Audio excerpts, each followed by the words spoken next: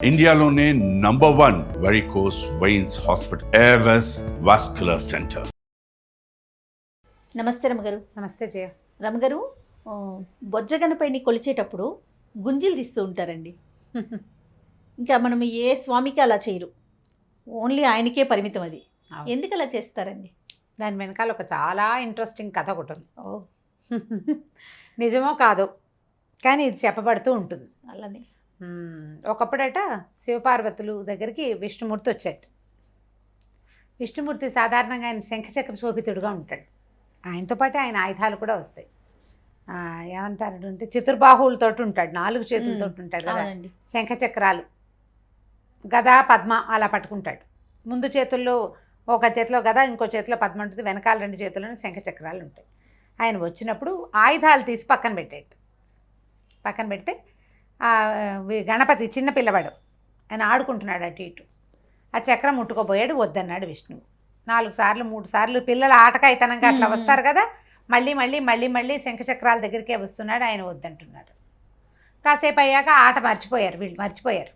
కాసేపు అయ్యి విష్ణుమూర్తి బయలుదేరే సమయాన్ని చూస్తే చక్రం లేదు.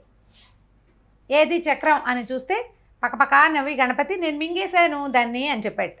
ఆటకి తీసుకుని ఆడి మింగేశాడు. మింగేసేసరి కల్లా ఆ మింగేసిన చక్రం ఎలా బయటకు వస్తుంది? ఈయన పిలిస్తే వస్తుంది, ఛేదిస్తుంది బాబుకి. పిల్లవాడు కదా, అందుకని ఈయన ఏం చేశాట, ఇచ్చేరా అంటే ఎలా ఇస్తాడు, మింగేశానని నవ్వుతున్నాడు. ఈయన ఏం చేశాట, విష్ణుమూర్తి వెంటనే పిల్లాడిని బాగా నవ్విస్తే ఆ లోపల ఉన్నది వచ్చేస్తుందని చెవులు పట్టుకుని గుంజీలు తీయటం మొదలుపెట్టాడు. విష్ణుమూర్తి గుంజీలు తీస్తుంటే పిల్లవాడికి నవ్వొచ్చిందనమాట, బాలుడికి నవ్వొచ్చింది. మామయ్య గుంజీలు తీస్తున్నాడని ఆనందం పక్కపక్క నవ్వాడు.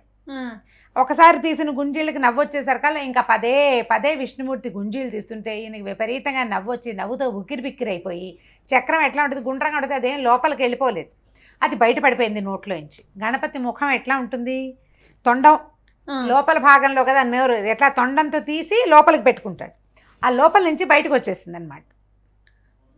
ఆయన చక్రం తీసేసుకున్నాడు. ఆయనకి ఏమొచ్చింది, ఆనందం వచ్చింది. గణపతిని ఆనందింప చేయాలంటే గుంజిళ్ళు తీయాలి. దీని వెనకాల ఉన్న కథ అది చెప్తారు. గుంజిళ్ళు తీస్తే గణపతికి సంతోషం వస్తుంది, ఆయన్ని ఆనందింపజేస్తే మన కోరిన కోరికలు ఈడేరుతాయి. అందుకని గుంజీలు తీయాలని ఈ కథ చెప్తూ ఉంటారు. అయితే దీంట్లో ఒక ప్రఖ్యాతమైన కథ ఇదైనప్పటికీ చాలా ముఖ్యమైన విషయం ఏంటంటే, మనం ఏం చేస్తాం, చెవి ముఖ్యమైన సాధనం. ఏం వినాలన్నా చెవే కదా కావాలి. అయితే చెవేనా వినేది? కళ్ళు కూడా వింటాయి రమ్మగారు. కళ్ళు కూడా వింటాయి. ఇంకా మనసే ప్రధానం. కళ్ళు మూసుకుంటాం. చెవితో విన్నది, చెవి శ్రవణ ఇంద్రియం, వినడానికి సాధనం. ఒక్కొక్కసారి చెవి ఉన్నా వినపడదు. అది ఎందుకు వినిపించదు? చెవికి బ్రెయిన్కి ఉండవలసిన కనెక్షన్ లేకపోతే కనుక. చెవితో విని సూక్ష్మంగా చెవి తీసుకుని దీన్ని ఏం చేస్తుంది, తీసుకుని బ్రెయిన్కి అందిస్తుంది. మనం మనసు పెట్టకపోతే ఎంత చెప్పినా అది లోపలికి వెళ్ళదు. ఈ రెండిటికి కనెక్షన్ ఉండాలి కదా. ఇప్పుడు చెవి ఏదైనా సరే, మనం ఏదైనా వినాలి, ప్రథమంగా బాగా వినాలి. చెవి లాగితే బాగా వినపడుతుంది. 2 చెవులు పట్టుకుని లాగండి, ఎక్కువ సౌండ్ వినిపిస్తున్న ఫీల్ వస్తుంది. ఒకసారి ట్రై చేసి చూస్తే తెలుస్తుంది ఎవరికి వాళ్ళకి. ఈ చెవి లాగటం వల్ల ఏమవుతుందంటే, ఈ శ్రవణేంద్రియం తాలూకు ఒక శక్తి ఉంది కదా, శ్రవణ శక్తి, అది కొంచెం డ్రాగ్ అవుతుంది, పెద్దదవుతుంది. ఈ చెవి లాగి ఒట్టిగా పట్టుకోవటం కాకుండా ఇంకొక క్రియ ద్వారా దీన్ని ఇంకొంచెం బలోపేతం చేయడానికి నిలబడిన మనిషి ఇట్లా కిందకి కూర్చోవాలి. ఇప్పుడు ఒక మనిషి నిలబడ్డవాడు వంగగలుగుతాడు, కూర్చుని అలాగే లేవాలంటే భయంకరమైన బ్రెయిన్ కంట్రోల్ ఉండాలి. అవునండి. గుంజీలు ఎలా తీస్తాం, ఇట్లా నిలబడి ఇలా కిందకెళ్ళి అలాగే లేవాలి. స్థూలకాయల వల్ల కాదు. కొద్దిగా ఏదైనా తలకి సంబంధించిన సమస్యలను వాళ్ళు ఉక్కిరిబిక్కిరి పడిపోతారు. దానికి అలవాటు చేయాలి.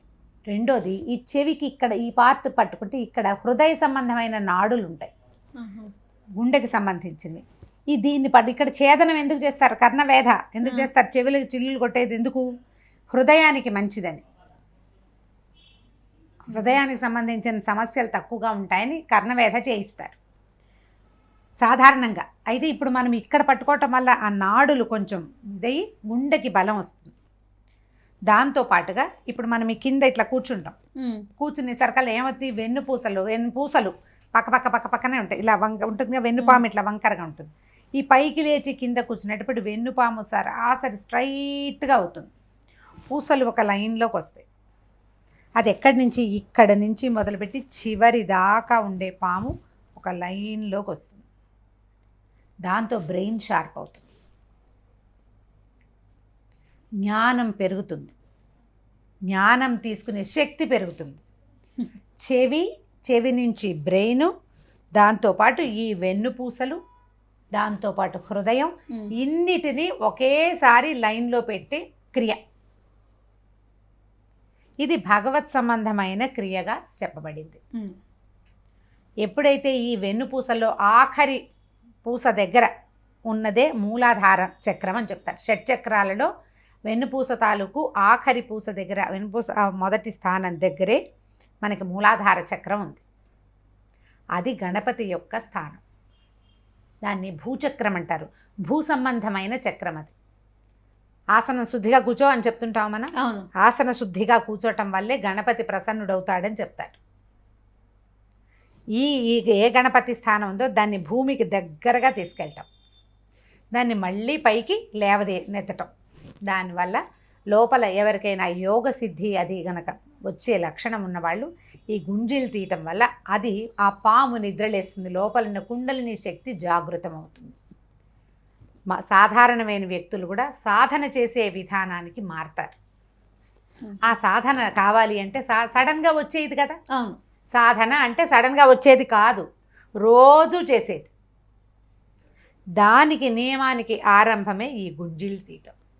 కుదురు వస్తుంది, మనుషులకి బ్యాలెన్స్ ఏర్పడుతుంది, శరీరానికి బుద్ధికి కూడాను. అందుకని మన బుద్ధికి ఏమనాలి, కేంద్ర బిందువైనటువంటి గణపతి ఆరాధనలో ఈ గుంజీళ్ళని పెట్టారు. ఇది సరదాగా విష్ణుమూర్తి సంబంధించిన కథ చెప్పుకున్నట్టు, ఆయన సంతోష పెడుతున్నట్టుగాను ఉంటుంది. మానవుల యొక్క శరీర నిర్మాణానికి సంబంధించిన ఒక చక్కని అవగాహన ఇందులో ఉంది. అందుకని ఏం చేసేవాళ్ళు పూర్వం స్కూళ్ళల్లో శిక్ష అంటే గుంజిళ్ళే. గుంజీలు తీస్తే వాడి బుద్ధి ఒక నానాగతులకి పోకుండా, పిచ్చి పిలకలు ఎత్తిపోకుండా సరిగ్గా ఉంటారన్నమాట. పిల్లలు సక్రమంగా ఉండటం కోసమే ఇది చేయించేవాళ్ళు. ఎట్లా వెళ్ళాలి, పైకి లేవాలి, అలాగే కాళ్ళ మీద కూర్చోవాలి. ముందుకి వెనక్కి పడితే ముందు పడిపోతాం, వెనక్కి పడిపోతాను, లేకపోతే సరిగ్గా కూర్చోవాలి. ప్రాక్టీస్ చేయాలి. ఈ ప్రాక్టీస్కి ముందు 9 గుంజీలు 9 సెట్గా 3 times చేయొచ్చు, లేదా 7 సెట్గా 21 గుంజీళ్ళు కనీసం వినాయక చవితి నాడు. ఈ గుంజీళ్ళు తీయించడం వల్ల పిల్లలు కొంత బుద్ధిమంతులు అవుతారు. మేధకులుగా లేకపోతే అర్భకులుగా బుద్ధి సరిగా లేకుండా పిల్లలు అబ్నార్మల్గా ఉన్న కిడ్స్ని కనుక వినాయక స్వామి దేవాలయానికి తీసుకెళ్ళటం, నిత్యము ప్రదక్షిణలు చేయటము, స్వామి ముందు గుంజీళ్ళు తీయించటము, దీనివల్ల చాలా ప్రయోజనం కనపడుతుంది. వెస్ట్ బెంగాల్ నుంచి ఒక ఆవిడ నాతో మాట్లాడతారు. చాలా కాలం క్రితం నుంచి, 3-4 సంవత్సరాలు, మనం ఇది మొదలుపెట్టిన 2-3 నెలల నుంచోనే నాతో మాట్లాడడం మొదలుపెట్టారు. వాళ్ళ అబ్బాయి ఆవిడ ఇలా గుంజీలు తీయించారు. నేను అప్పుడు చెప్పిన సలహా ప్రకారం ఎంత చేంజ్ వచ్చిందో అని చెప్తారు ఆవిడ. ఎంత మార్పు వచ్చిందో మా అబ్బాయిలో. హ్యాండ్ రైటింగ్ దగ్గర నుంచి మారిపోయిందిట బాబుది. పెద్దపిల్లడే, కొంచెం ఏదో చిన్న సమస్య ఉంది అబ్బాయికి. 90% సెట్ అయిపోయాడు గుంజీళ్ళు అంతా పనిచేస్తే. నిత్యం వినాయక స్వామి దేవాలయానికి వెళ్ళటం, ప్రదక్షిణలు, గుంజీళ్ళు, కొన్ని శ్లోకాలు కూడా నేర్పించారు పిల్లలకి. అలాంటివి నేర్పించటము, ఈ గుంజీళ్ళు తీయించడం, ఇది నిత్య ప్రక్రియగా కనుక చేస్తే చాలా సమస్యలు తీరుతాయి. పెద్దయ్యాకు వచ్చే డెమెన్షియా లాంటివి, అల్జైమర్స్ లాంటి సమస్యలు కూడా రాకుండా ఉంటాయి. మనకి ఋషులు మహర్షులు పెట్టినటువంటి పాత విధానాలు అన్నీ కూడా మానవుల ఆరోగ్యానికి, మానవులు చిరకాలం జీవించడానికి అవసరమైన విధానాలే తప్ప అందులో పూర్తి శాస్త్రీయతే ఉంది. మనం అర్థం చేసుకోలేకపోవడం మన దౌర్భాగ్యం తప్ప రెండో పాయింట్ లేదు. ఇంకా మనం తెలుసుకోవాలంతే ఏ కారణం చేత ఇది పెట్టుంటారు అని. ప్రయత్నించి చూడండి, తప్పకుండా గుంజీలు తీయండి, అందరూ పిల్లలతో తీయించండి, వినాయకుడి ముందు తీయించండి, దేవాలయానికి వెళ్ళినప్పుడు. దాంతోపాటు మనం తమిళనాడులో చూస్తాం, ఇక్కడ పెట్టుకుంటారు కణతాల మీద ఇక్కడ ఉండే నర్వ్స్ని యాక్టివేట్ చేయటం కోసం. గణపతికి ముఖం మీద అంటే కుంభస్థలం అంటారు కదా, ఏనుగు కుంభస్థలం అంటారు, ఏనుగు ఇక్కడ ఉంటాయి కదా, ఆ ప్రాంతాన్ని మనం టచ్ చేస్తున్నట్టుగా. ఏనుగుకి కుంభస్థలం ఉంటుంది, ఆ కుంభస్థలం మీద ఇట్లా చిన్న గుబ్బలాగా ఉంటాయి కదా, అట్లా మనం ఈ కంటి పై భాగాన్ని ఇక్కడ కనుక కొడితే అది యాక్టివేట్ అవుతుందని, బ్రెయిన్ పెద్దదవుతుందని నమ్ముతారు వాళ్ళ వాళ్ళ ప్రాంతాల్లో ఉండే నమ్మకాన్ని బట్టి. అదేలేండి. గుంజీళ్ళు మెయిన్ ఇక్కడ కొట్టుకోవటం మీ ఊళ్ళల్లో అలవాటు ఉంటే చేయొచ్చు, మన దగ్గర కొంచెం తక్కువే కనిపిస్తుంది, తమిళనాడులో బాగా కనపడుతుంది. ప్రయత్నం చేసి చూడండి అమ్మా, ఇవన్నీ ఉపయోగపడేవే కానీ దీంట్లో ఏమీ అశాస్త్రీయత కానీ పురాతనమైన నమ్మకాలు పిచ్చి నమ్మకాలు కానీ లేవు, పూర్తి శాస్త్రీయత ఉన్న వ్యవహారమే ఇది. చేయొచ్చా చేయకూడదు అలాంటి సందేహాలు కూడా అవసరం ఏమీ అక్కర్లేదు. పెద్దవాళ్ళు కూడా మినిమం సాధారణంగా 3 గుంజీళ్ళు కనీసం. ఉళ్ళొంగిన వాళ్ళు, అవకాశం ఉన్నవాళ్ళు ఎక్కువ తీయండమ్మా. గర్భవతులు మాత్రం తీయకూడదు, జాగ్రత్త. మీకు నడు నొప్పులు మెడ నొప్పులు అవి ఉంటే మాత్రం ప్రయత్నం చేయబోకండి. సాధారణంగా ఉన్న వాళ్ళంతా కూడా చేయొచ్చు, మంచిది. తప్పకుండా రమ్మగారు. నమస్తే. నమస్తే జై.